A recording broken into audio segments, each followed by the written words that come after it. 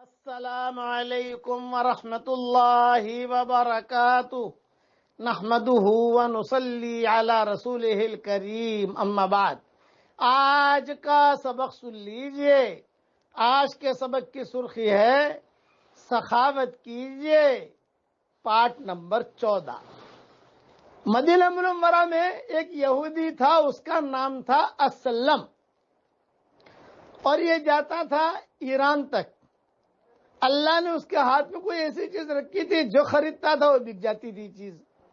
وہاں گیا، وہاں جا کر دیکھا کہ ایک لڑکا کھڑا ہے، نہ شکل نہ عقل، اس کے پاس شکل بھی اچھی نہیں اور عقل کا بھی اچھا نہیں، پھر تو کیوں کھڑا ہے؟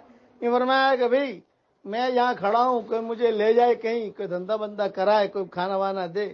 کہا چل میں تجھے یثرب لے جاتا ہوں۔ مدینہ منورہ لے آیا اس کو۔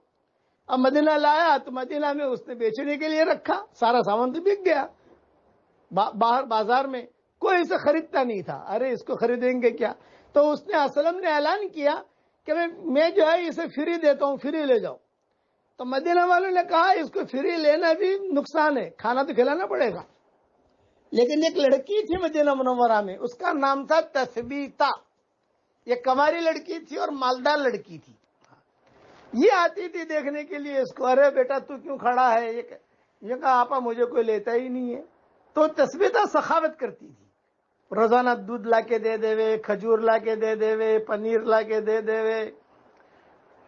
پھر تثبیتہ نے کہا تیرا سیٹ کہاں ہے؟ بولے وہ اسلم کھڑا ہے دیکھ سامنے، آپ یہ اسلم بیچے گا؟ کیا بھاؤ؟ کہ فری۔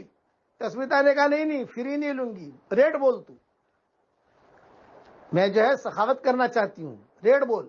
خیر بھاؤ تاؤ ہوا اور اس لڑکے کو خرید لیا، گھر پہ لے آئی، سخاوت کی، کمرہ دے دیا اور کہا یہ میرا باغ ہے، جتنا کام کر سکے کرنا، نہ کرے کوئی حرج کی بات نہیں ہے، تجھے کھانا مل جائے گا، کپڑا مل جائے گا، تیرے خرچے کے پیسے مل جائیں گے۔ یہ سخاوت کی اس نے، تثبیتہ نے۔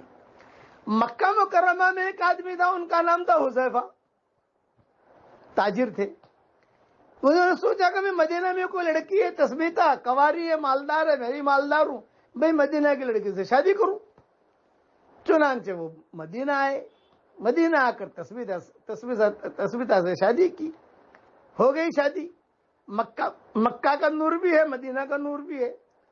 اب کتابوں میں لکھا ہے کہ تثبیتہ نے کہا کہ میں جو ہے تو مجھے مکہ لے جائے گا، نہ میں لڑکے کو ساتھ لے جاؤں گی۔ ہاں کوئی بات نہیں۔ اب یہ تین ہو گئے، حذیفہ، تثبیتہ اور یہ ایرانی لڑکا۔ مکہ مکرمہ پہنچے، وہاں پہنچنے کے بعد حضور صلی اللہ علیہ وسلم نے نبوت کا دعویٰ کیا۔ جب نبوت کا دعویٰ کیا تو دیکھنے آئے، یہ تینوں مسلمان ہو گئے۔ اب تینوں مسلمان ہو گئے، ہجرت کر کے مدینہ منورہ پہنچے۔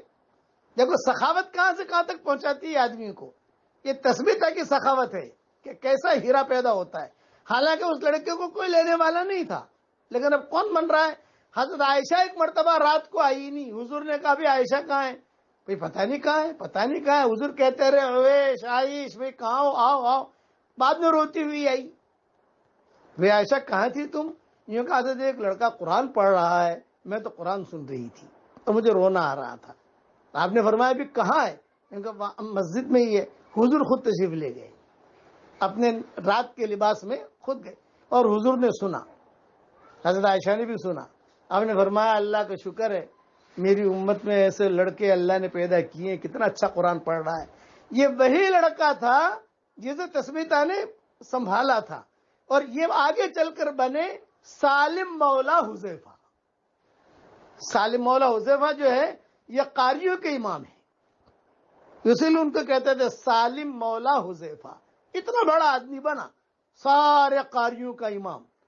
تثبیتہ کی سخاوت، اس لیے سخاوت کیجئے چاہے کم ہو۔ میں یہ نہیں کہتا کہ آپ کروڑ روپیہ کرو، نہ آپ کا اخلاص ہوگا تو آپ کا 2 روپیہ بھی قبول کر لے گا اللہ تعالیٰ۔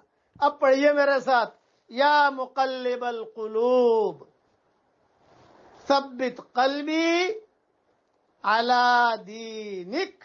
رسول اللہ صلی اللہ علیہ وسلم یہ دعا بہت پڑھا کرتے تھے۔